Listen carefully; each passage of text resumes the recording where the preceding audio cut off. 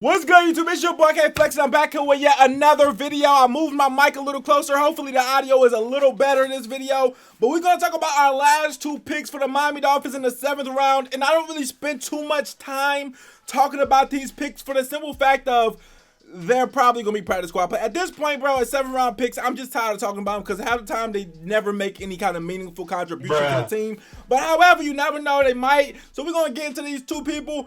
But first, I gotta say shout out to people who like this video before they even heard this sentence. Now let's get into the video, ladies and gentlemen. We traded, really we picked in around 2, 3, and then we traded like the rest of our picks, the 4th round, the 5th round. We didn't pick again until like what, the 7th round, in which we had 2 picks in the 7th round. Our first pick was Larnel Coleman. Now I tried to look up Larnel Coleman film to try to get an idea of what kind of player he is. Bro, there's like no film of him on YouTube, okay? He's a 7th round draft pick. Nobody was really caring, to be honest. Nobody really like took the time to make film. I don't know. But look, he's a tackle. I'm never going to complain when we draft offensive linemen, especially with how bad our line has been and the fact that I wanted Panay. So I'm not going to complain about us drafting a lineman.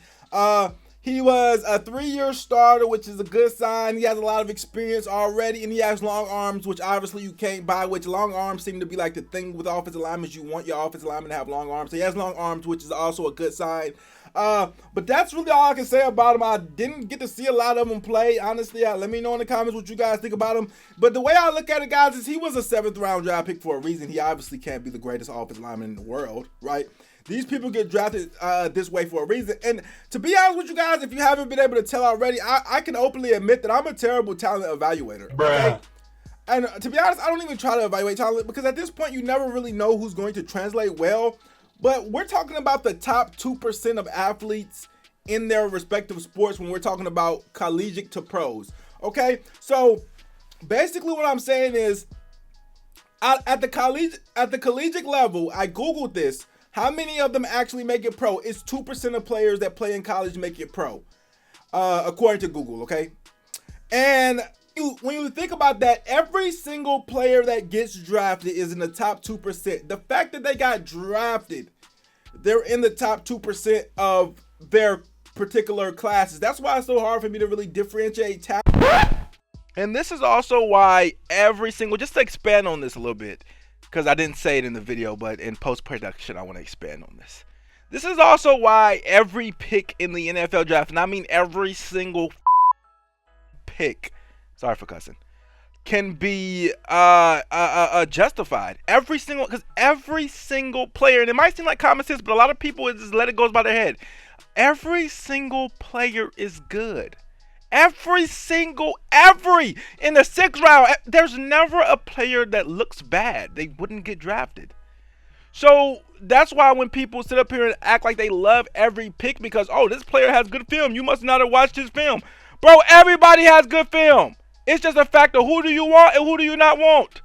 It's a terrible, terrible, terrible thing when I hear people say, oh, this player, you don't like this pick? Look at his film.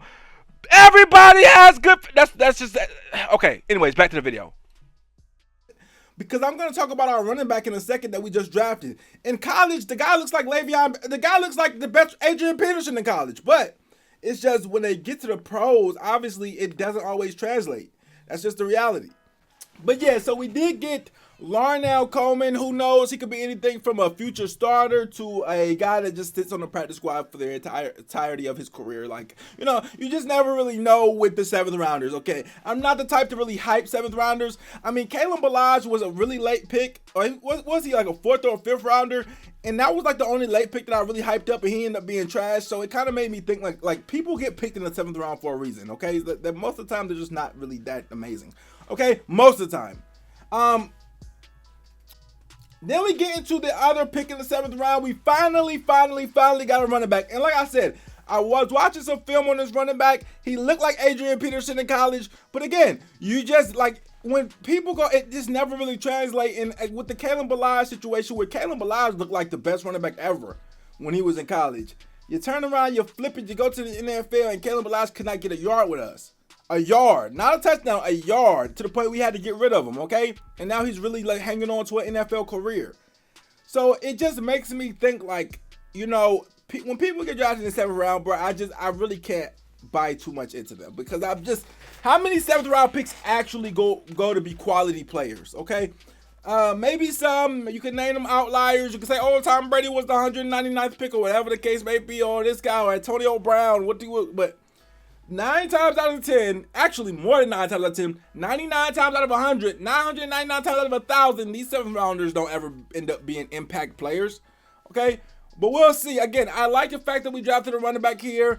I'm not really with drafting a running back super early, because I know they depend on other things. I watched Gerrid Doaks.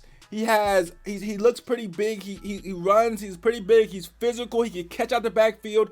So I really like this pick. Is he Najee Harris? No. Is he Travis Etienne? No. Is he Javonte Williams? No. But he does look serviceable, and when you're running back, at the end of the day, you're not going to have success if your O-line's not blocking the way they need to block. Again, if the Saquon Barkley story didn't tell you anything, no offensive lineman no running back can have success without their O-line. You look at Le'Veon with the Jets. He looked terrible. Everybody knows Le'Veon's a beast.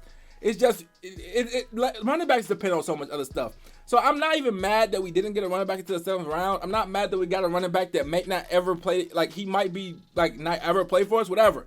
But running backs are dependent on so many other stuff. So Gerrid Doaks' success to me is not dependent on how good he is. It's dependent on how good our offensive line is, right? And you know, offensive line, they just make or break. They really make the passing game too, in a way. But I think with the running game, it's just clear and evident that the offensive line is what matters the most. Okay.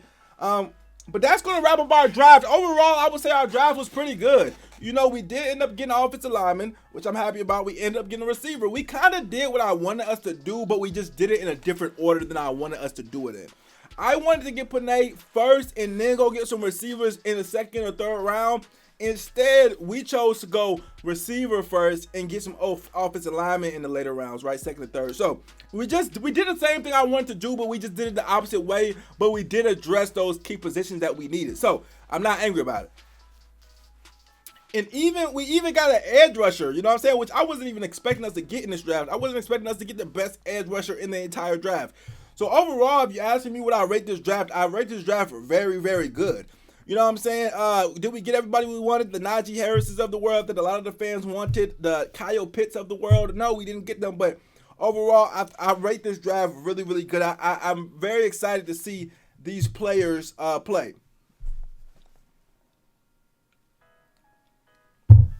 Now to the part that sucks is that the NFL is going to be pretty dry until like September now. Obviously, you'll have people's OTAs and stuff, which I'm not really into. I'm not really into watching practices. But you have the people OTAs and stuff, but the NFL's going to be pretty dry, and that's what sucks. You know what I'm saying? Because when the NFL's dry, the channel's dry. You know what I'm saying? So it's going to be pretty dead. That's why I was really hating the end of the draft, because I just know now the NFL's going to be dead. It's not going to be too much news going on. And you know what I'm saying? We're just ready for the next season now. Overall, we got a new safety, we got an edge rusher, we got 2 offensive linemen, and we got a receiver. What could we ask for? You know, some people think we needed a running back. We ended up getting a running back, but what more can we ask for? Again, I think if I'm looking at my favorite pick of the draft, it's got to be Jalen Waddle with his explosiveness, with his potential, with his game-changing ability. If I'm looking at my least favorite right now, just off of you know what I'm saying, my initial thoughts, it'll definitely be Hunter Long. I don't feel like it was necessary to get another tight end. I feel like that spells the doom to Mike Gesicki. People say Durham Smythe might be the one that's going, but either way, why do we need to draft Durham Smythe's replacement in the 3rd round? No, that seems like it's a Mike Gesicki kind of thing. But it might spell Mike Gesicki's doom. But I feel like in the 3rd round, we could have, I think at that point, we could have gotten Sermon. We could have gotten Trey Sermon or something like that. I'd rather have did that. So if that's probably my least favorite pick. But my favorite pick is definitely Jalen Waddle. I did like some of the other picks, but if there was one, and that's not to say Hunter Long is a bad player, it's just that wasn't my favorite pick in that position. Okay? But get in the comments, let me know what you guys think. Who is you guys' favorite pick, and who is you guys' least favorite pick? And what do you guys think about the draft overall now that it's over? What other videos do you guys want me to make? Obviously, it's going to slow down with the draft being over. I do appreciate you guys for watching my videos during this draft. It has been a fun draft. And now we head on to the next season. I don't think we got too many holes in our roster.